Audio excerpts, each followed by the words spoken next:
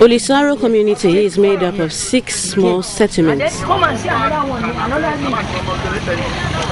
About 50,000 people are said to live here, but in this part of the area known as Idowu Adeniyi, the roads are almost non-existent, and although power is epileptic all over the country, it couldn't get any worse than it is in Olisaro.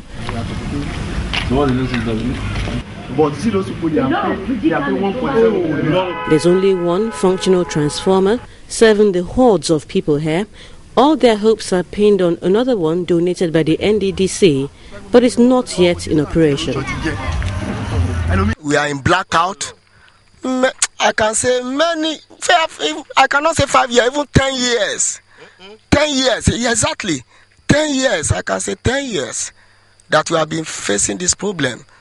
We have been praying for God, because I believe that it's only God that can help us in this area.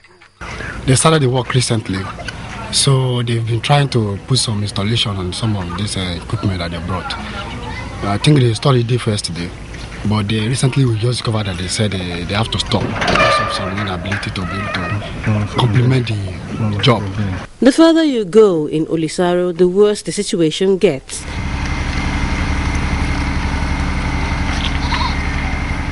Houses are now built in craters and crevices, and those who have no choice but to live in them hold their collective breath with the first sign of a cloudy sky.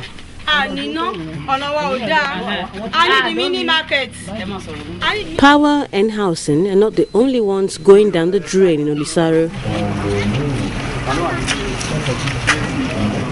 Infrastructure for primary education also scores very low points. There is a primary school that has been owned by the government and that has been abandoned for several years, of decades, of several centuries. So, and there's no any developmental effort that could come into it. There's no primary school. We have no site for primary school. Though government has approved one, but there is no site for it. And at present, we have no secondary school, no bus, no transportation. There is bad road. So we have no police station. We don't even enjoy any social amenities in this environment. The Ondo State government says it's not turning a deaf ear to the reports from the area, and it started working on a link road to connect the Olisaro power line area to the highway.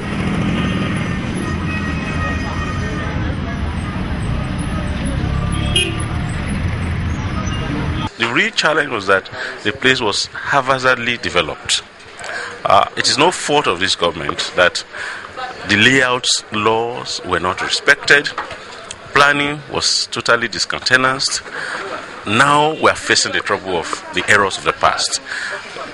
And the way the government of Olusegun Miko, the way the government is approaching it is first to take off pressure from the main road by constructing arterial roads that will take people off Ijoka Road. We have 2 of them going on now.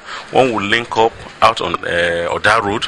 The other one, through power line that one we are talking about, is under construction.